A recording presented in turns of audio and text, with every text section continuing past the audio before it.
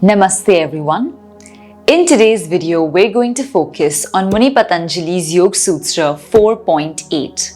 In this particular Yoga Sutra, we are being introduced to the concept of a Vasana, which is a particular natural tendency or desire to perform a certain karma. So we're going to understand how this Vasana plays an important role in the entire cycle of the karma, sanskara and phala, and why it's so important for the yogi to be able to understand how not to create new vasanas. So let's take a good look at this sutra, start breaking it up word by word and understanding what exactly does it mean about this Vasana in the Karma Siddhanta theory. So the sutra itself goes, Tatastad vipakanu guna name va vibhyaktir vasana nam. Alright, so this is the sutra itself. Now let's start breaking it up word by word to understand it a little bit better. So the first word here is tataha, which means from that or from those. Then comes the next word, which is tad, which means of that. And then comes the next one, which is vipaka. Now vipaka means the maturation or the maturing of something. And the next word here is anuguna, which means according to. After that, the next word is iva or eva, which means only. And after that, we come to abhivyakti or abhivyaktir, which refers to manifestation. So quite an amazing word, right? We always say manifestation, but if you want to say it in Sanskrit, then it means abhivyakti. Then going to the next word, we have Vasana Nam, which is talking about the Vasan or the Vasana, which is a wish or a particular natural tendency or desire that arises within a particular person. So essentially what the sutra is trying to tell us is that from the karma sanskaras arise those vasanas which kind of start to give rise to the manifestation of certain fructification of that karma. So this is the essential meaning of the sutra, where it's explaining to us that the karma sanskaras are responsible for the arising of certain vasanas, and those vasanas direct us towards the phala or receiving the fruit of the initial karma. Alright, so this is what the sutra means, but now let's go into it even deeper and start understanding how exactly this comes about within the Yoga Sadhak's journey and why it's such an important concept to understand.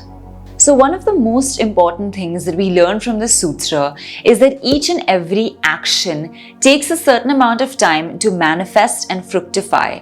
So one particular action might have its result after a very long period of time. But when the time arrives for the maturation of that karma, how will the person receive that equal and opposite reaction, right?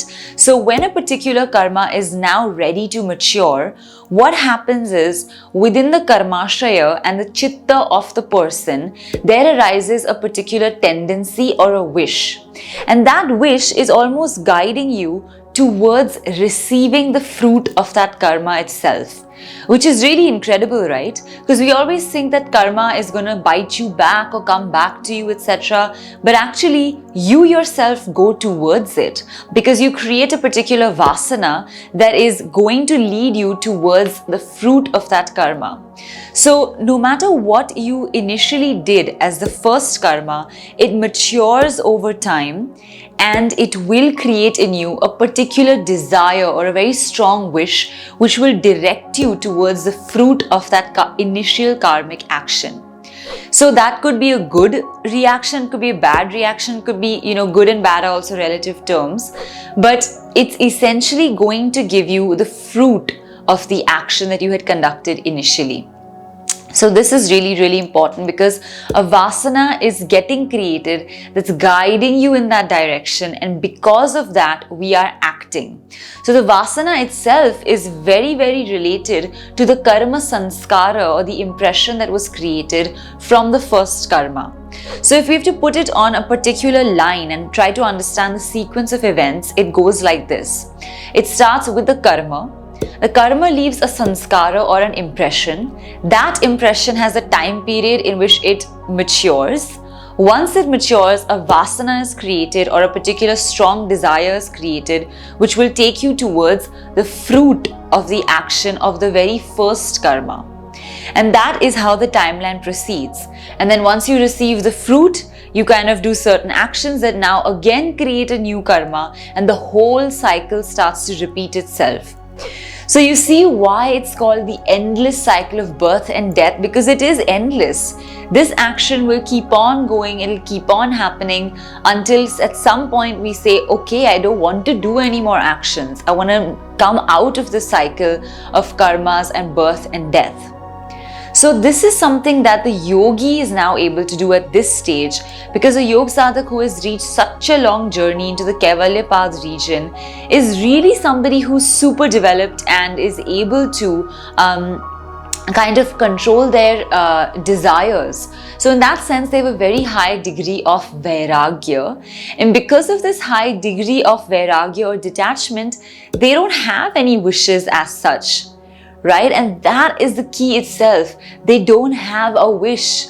So if they don't have desires or wishes, all that's going to happen is whatever previous, karma needed to be exhausted, just that will get used up, but nothing new will get created.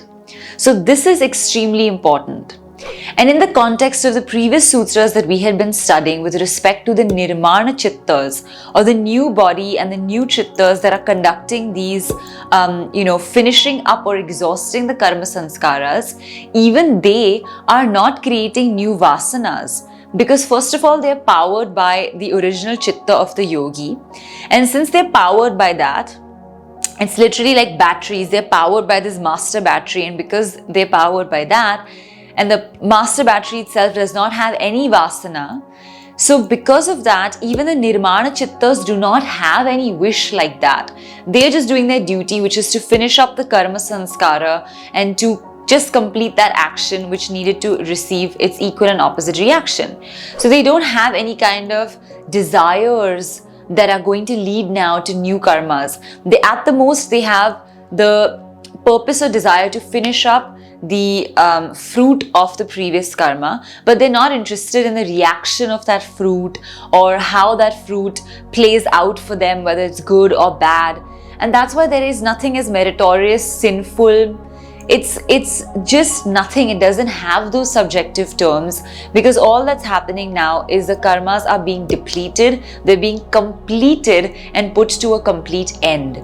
So this is something very important for the yoga sadhak to understand and to do, because if the yoga sadhak in his or her chitta again creates a vasana, the whole cycle will start again and there won't be any closure to that cycle. So in order to really gain that closure, just that much of a vasana is created as is required only to finish up the previous karmic sanskaras, and it will not lead them down the cycle of one more new karma and so on and so forth. And what does this require? It requires a very high degree of detachment, because if we are saying we need to curtail desire will only be curtailed when you are detached. If you're attached and you want certain things, you will keep having desires. But if you're detached and you're secure in the self in a way, then you will not have those desires coming up again and again for you. And so that just puts an end to the question of vasana completely in terms of a new karma. That vasana will only be there as much as is required to finish up the fruit of the initial karmic action.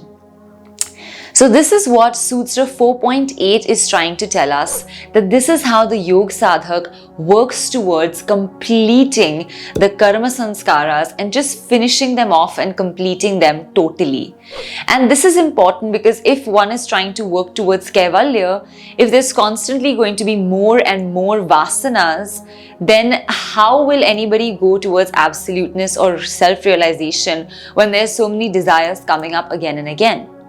And one more thing to keep in mind is, even amongst the multiple nirmana chittas which have been created, they are not going to have conflicting vasanas between them, and they are not going to overlap across one another. Each one has just that much as is required to complete its allocated amount of karma sanskara, and once that allocated amount is completed, the phala is received. That's it. There is no new vasana arising on account of how that fruit was received. And this sort of action, as we were talking about even earlier, is called nishkama karma, which is doing the action for the action itself and not attaching oneself to the reward or whatever the result might be of that action. So this is all about Sutra 4.8, where we're being taught about nishkama karma and the importance of vasanas and curbing the vasanas in this section. So I hope you found this video useful and valuable. We tried to provide a holistic overall understanding of the sutra, but of course we go into it in much more detail in our classes, courses and workshops. So please feel free to sign up if you're interested, the links to which will be in the description. Until then, please don't forget to give this video a big thumbs up, drop your comments, questions, suggestions in the comment section below, and also do share this video with your friends and family so they too can learn about the yoga philosophy and yoga sutras. As well as at the same time, do subscribe to our channel because we're releasing new videos every single week and we cannot wait for you to learn and understand them much better. With that, I look forward to seeing you in the next video. Until then, take care. Keep practicing and we'll see you very soon. Namaste.